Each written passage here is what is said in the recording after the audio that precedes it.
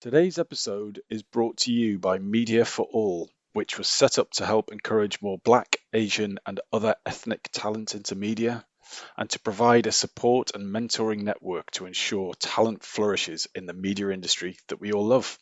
If you're looking for a mentor or would like to mentor young ethnic talent, check them out at mediaforall.org.uk, and it is all 100% free.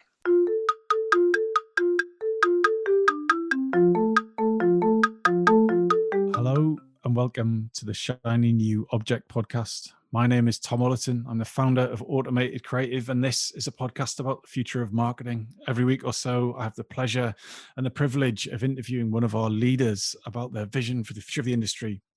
And this week is no different. I'm on the phone with Lindsay Barrett, who is Global Content and CX Director at Reckitt Benckiser.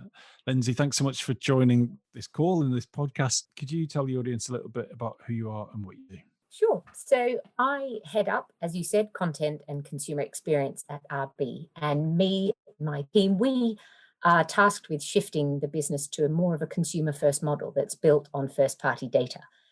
So that's actually, it's such a privilege because we get to head up content strategy globally. We help our brands become data makers by creating really cool digital content and experiences.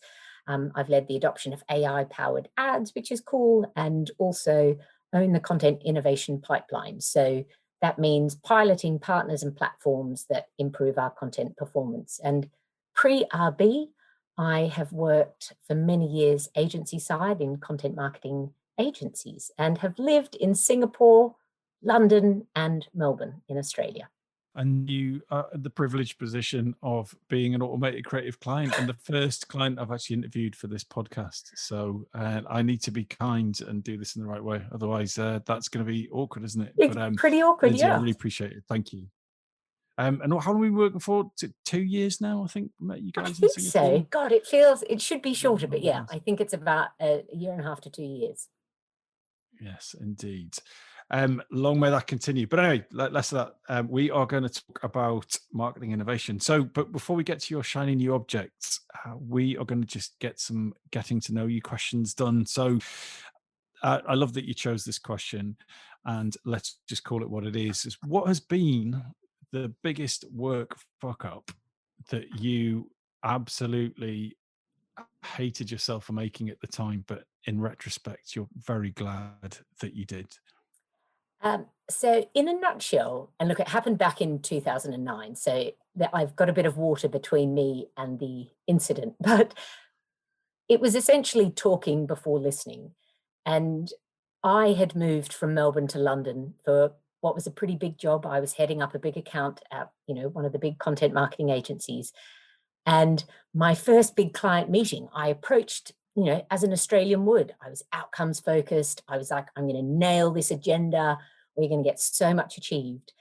And in the beginning of the meeting, there was like all this inane chat about weather, which I just thought was like a really strange waste of time. And so didn't really kind of engage and tried to sort of get down to business. And the meeting, I think, went well from my side. I was like, yeah, we got there, we got everything done. And my CEO took me aside at the end of that meeting, and I thought she was going to kind of congratulate me on how it went. But she sort of simply said, look, that's not really how we do things. And I was so floored and mortified. And what I subsequently learned was I didn't engage in the English ritual of weather chat and really gently sort of letting the conversation meander into kind of all of these kind of weird topics. And a book that I think is so funny and brilliantly explains it is called Watching the English by Kate Fox. And it unpicks all of the quirks and nuances of the English for those of us foreigners that have come in and had massive faux pas like I did. And I think, if anything I've learned from that, I now get to work in Singapore, China, New York, Thailand, Mexico, Philippines. I get to go and run workshops there and work with the local teams. And I always now make an effort to, understand what a good meeting looks and feels like to them. I always kind of try and check in and, obviously, thankfully, I've never had a faux pas like that again. But I think, you know, what always does work is energy and enthusiasm always somehow translates to positivity. But that still remains one of the most mortifying moments of my career that I think, you know, definitely set me up for success later on. And so what is that process? How so you're going into the first time you had a meeting in Vietnam, for example, like or call with that team. How did you prepare for that? Did you like, just be blunt about it and say, right, I've never done worked in this market before. What does a good meeting look like? Or did you research that? Or did you get someone on the team to tell you? How did that work? Yeah, usually I will speak to colleagues and people that have either worked with that team before. I mean, I wouldn't usually do any desk research on it, but more just making sure that I've spoken to loads of different people who have either worked in that market before, or maybe it might be friends and colleagues that have done business there, but just to kind of get a flavor for some of the rituals and yeah, ways business is done. And like I remember one of the things, you know, one of my first big conference calls with our China team, they kept doing this really funny thing where they'd go, we're gonna go on mute now. And I kept thinking, God, this feels really strange. But they were going on mute to discuss and agree and get their sort of questions and alignment done on their side before sort of coming back to us. Whereas I was always used to a much more sort of open dialogue of sort of challenges and um, you know, in a bit more of a conversational tone. So you kind of have to learn as you go on the fly. But yeah, usually it's just speaking to people. So next question, Lindsay, what new belief or behavior has had the biggest impact on your work life in the last 5 years or so? I think I've sort of got two. And the first one's a really simple one, but it's just to say yes and to pick up the phone. And I know that seems so blindingly obvious, but all of my most interesting and fruitful projects and jobs have been the result of a face-to-face conversation or answering a cold call.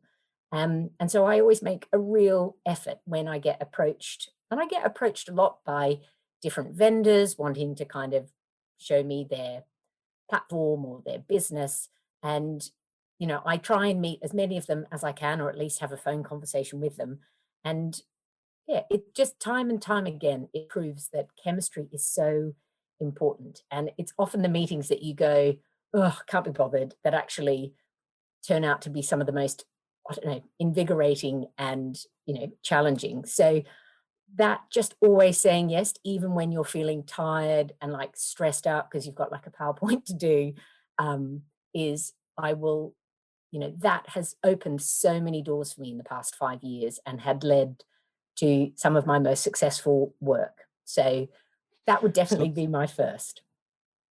so that really surprises me. I've never heard a marketing person, certainly at a brand, say, "Oh, one of the best things that ever's happened to me has been a cold call." I hope this doesn't mean that you're just going to get inundated. I Oh, it probably know, will. but you But know, but tell me about that. I mean, we were obviously introduced by someone else, but tell me about a supplier that called you and that went on to great work. 'Cause that's a really interesting story. so I mean, look, to be fair, it wasn't a call, but I got a random LinkedIn message from a lovely chap called Scott who said, "Hey, I'm in Singapore. I've got this really interesting new Australian startup. Can we have a coffee?" Usually I go, "Meow," but I thought, you know what? Yeah, let's do it. So Scott and I had a coffee, a 25-minute coffee um, at the bottom of my building when I was in Singapore. And he had launched an incredible business called Creatively Squared, which is essentially a global network of Ah, right.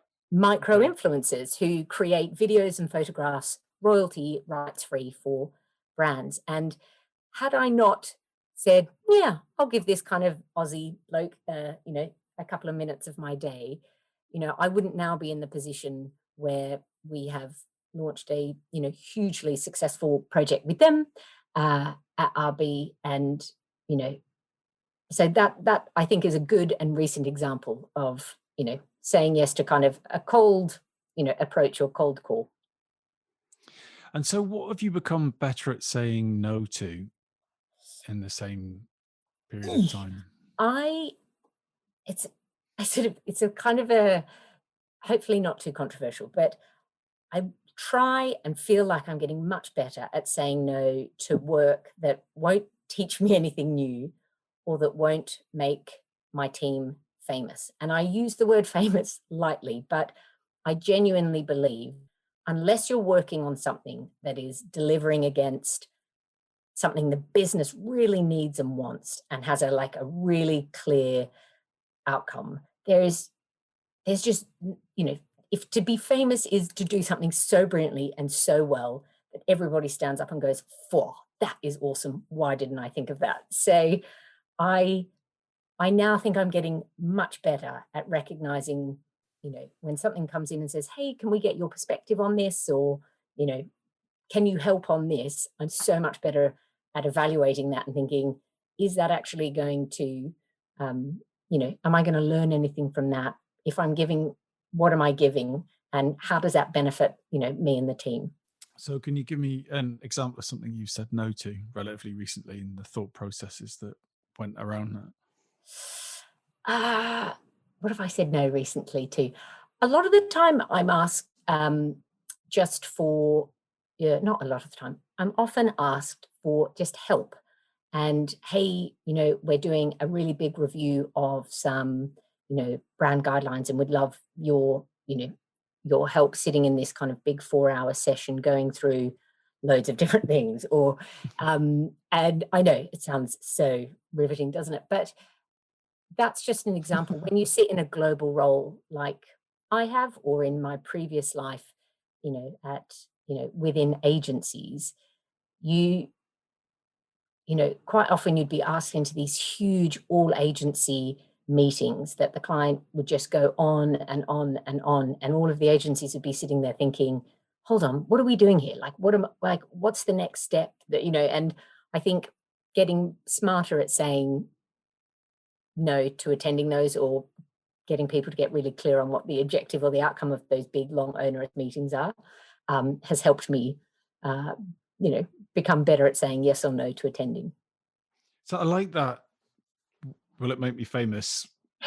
Asterisks, and will it teach me something new? Because as an innovation person, you kind of have to say yes to a lot of things. Like you're in some senses the person or the role who has to say, well, yes, I'm going to try 9 pilots or 10 pilots, and one of these things is going to work, and we'll take that forward and so on.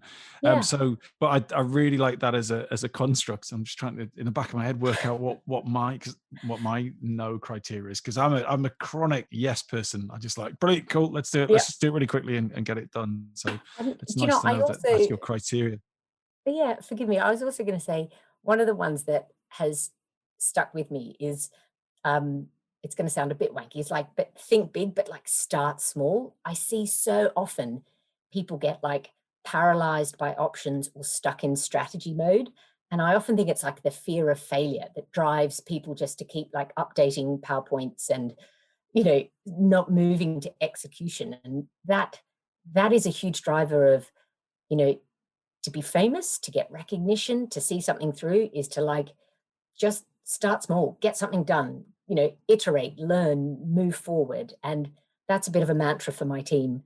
Obviously you don't want to be famous for the wrong reasons, for the team that, got everything, pushed ourselves off a cliff. But actually, you're right. When you're in digital transformation and you're there building and leading, innovation pipelines, we have a clear view on the sort of horizon, but you've got to start small. You've got to start doing and moving sort of today and figuring out, what it is you can achieve and sort of build it up slowly. So that would be another, part of, the belief structure that kind of keeps me enjoying my work.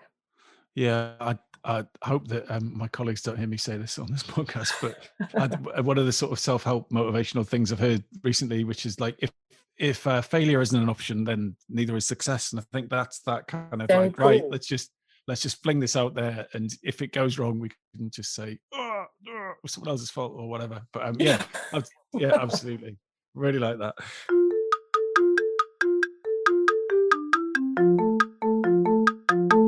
This episode of the Shiny New Object podcast is brought to you in partnership with MadFest. Whether it's live in London or streamed online to the global marketing community, you can always expect a distinctive and daring blend of fast-paced content, startup innovation pitches, and unconventional entertainment from MadFest events. You'll find me causing trouble on stage, recording live versions of this podcast, and sharing a beer with the nicest and most influential people in marketing. Check it out at www.madfestlondon.com.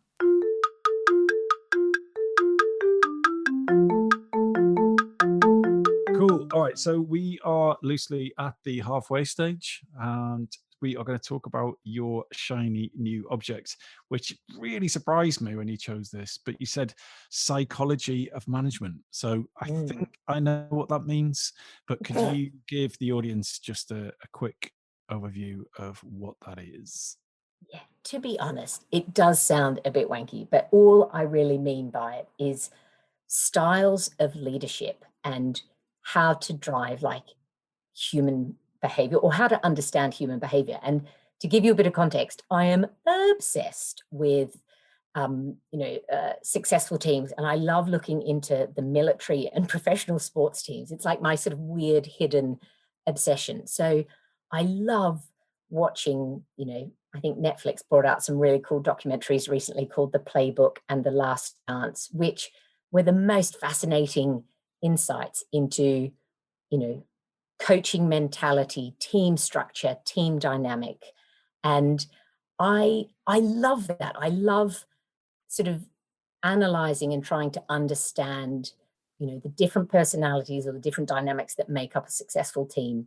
But maybe I'm secretly just want to be in the military and or successful enough to be in a sports team. But I think there's so much we can learn from those areas. And I try instinctively to be really self-aware about my management style and to be more of a coach than authoritative or, like a dictator. I think my personality just wouldn't work in that sense. But that to me is one of the key sort of factors that I see time and time again across sort of successful teams in, not just RB where I work, but with my friends and family and in other businesses that we work. So that is why, that was the topic that I picked.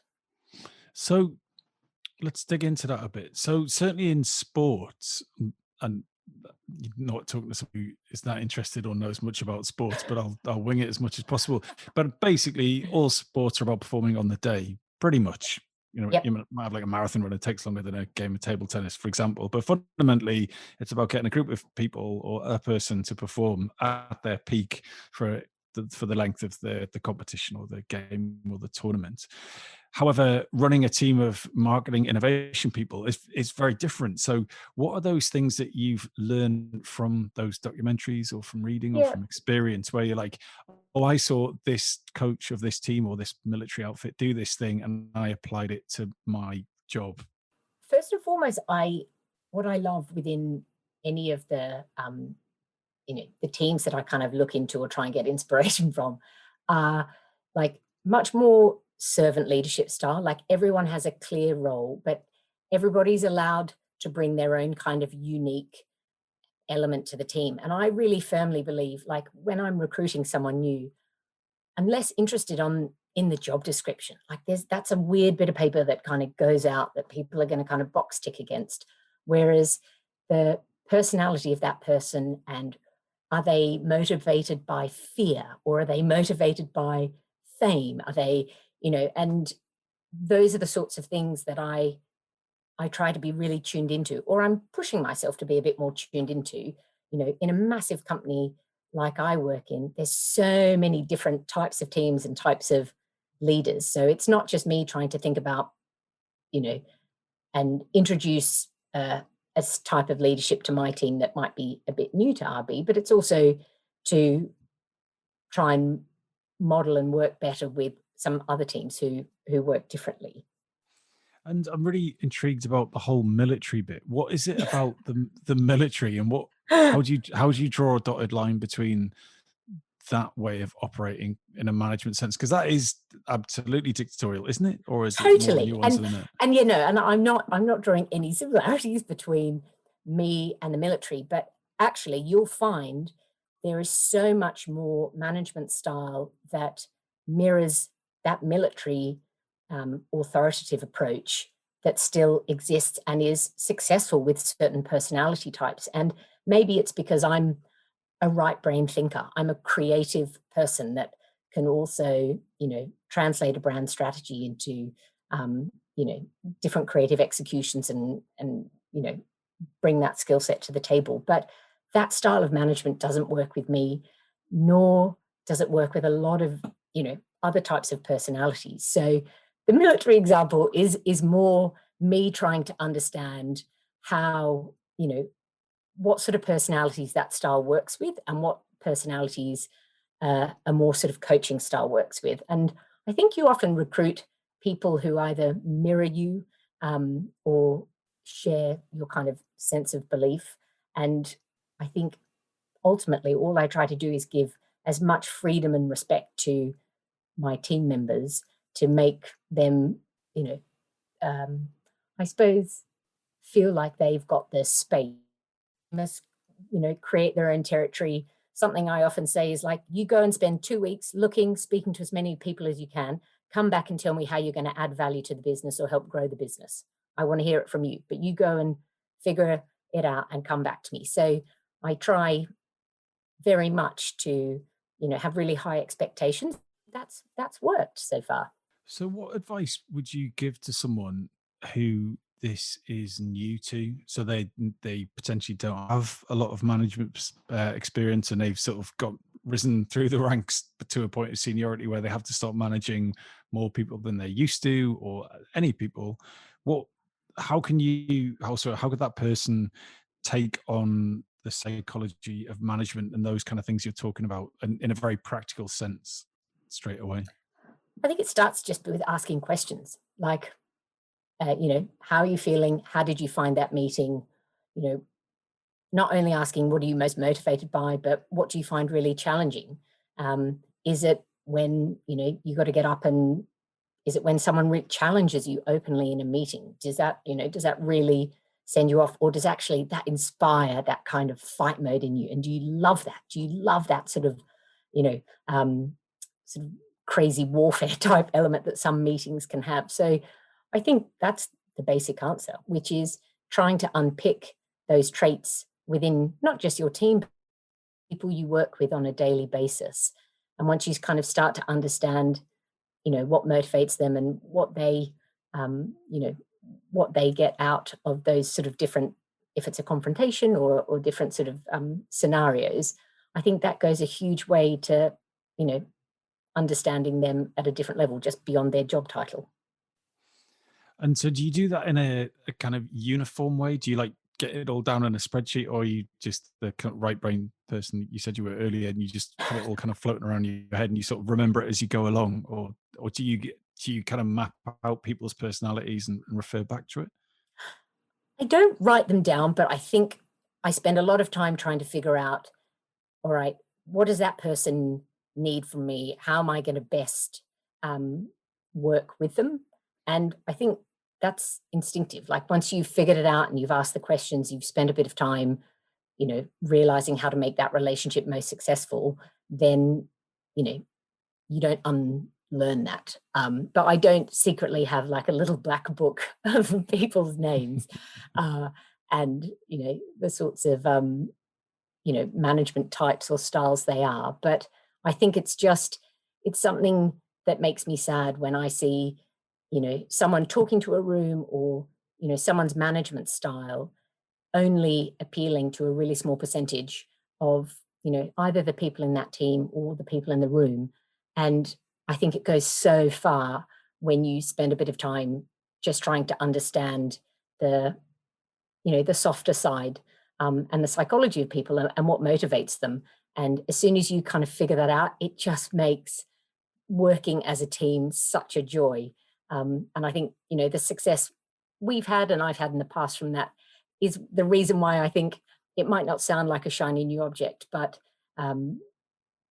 it's been such a revelation for me and in my career that, I'd hope more and more people spend a bit of time on it. Well, the workplace has changed so much, hasn't it? I mean, in a previous life, I was a chef, and Yeah. like there was no empathy in that kitchen. Let me tell you, it was. I remember.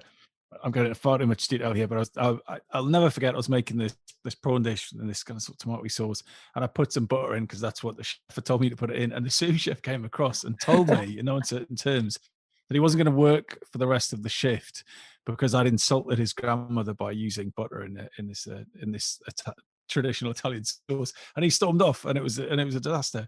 And like, But you could, how did that make you feel? You couldn't do that at RB. No. How did it make you feel? Were you like? No, I didn't feel great at that point in time. But like, that would have been, there'd been some, like, you've gone to HR, you would have sat down, you would have, you all this stuff. But I'm revealing too much here. But it's like we're not in that world anymore. And I think also, so the next question, now that I've sat on the psychiatrist's couch, is, do you see that skill being way more important now that you are managing an even younger generation coming into the workforce? Is it hyper important that you have to look at this psychology of management in a different way, or do you think the younger generation are more resilient and need something different from you? I would say it's absolutely more important. I think as we see, younger people coming into our business, as I see, them coming into, my peers' businesses, they are, and to their credit, so much more, I suppose, fierce and protective of their rights and their, their individuality. I remember when I started, I was so subservient. Like, I came in, I remember being barked at by a managing editor at the publishing house I worked for in Australia. She absolutely tore me to shreds in front of the whole sort of editorial department. And I ran to the bathroom and like burst into tears. And, I just remember at the time thinking, well, I can't say anything about that. That's just what happens. And that's how we roll. And I'm sure that still happens. But my hope and expectation is that, the younger generations, the millennials coming into our businesses, absolutely expect and deserve us to be so much more attuned to different personality types and, that kind of crazy old school style of management, I think, is only successful on a very small percentage of people. And hope that actually we're all creating, and RB is brilliant at that, like creating much more open spaces and, dialogues and conversations and, letting people kind of talk about how they feel and what works for them, is really important. And have you developed a new management style during the pandemic? Or have you just had to dial up all of those existing skills that you have? Or is there anything that you've learned in this time that you're going to take forward into the post-pandemic world? Ugh.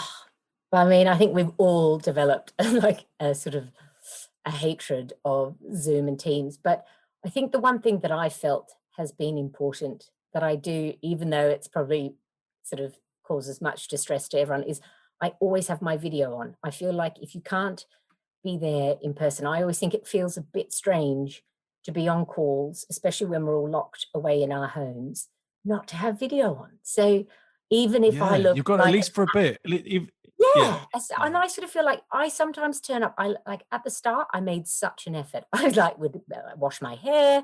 I might have even put some makeup on. Now I might be in my gym gear, hair not clean, but I still feel like you can have chemistry even if it's via a computer, and that is so important. So that is the one thing I have maintained, even though to the detriment of my reputation. But I think it's really, really important. So we are almost at time, unfortunately. So if someone is listening to this podcast thinking, I need to speak to Lindsay about the subjects we've covered, how would you like them to get in touch with you? They can find me on LinkedIn, even though I find LinkedIn a sort of a zoo. But they can or email me at lindsay.barrett@rb.com. As I said, I put my stake in the ground, so I am always willing to hear from new people. I might regret that slightly, but yeah, find me on LinkedIn or drop me an email, and I would love to hear from anyone. Fantastic. Lindsay, thank you so much. Well, thank you.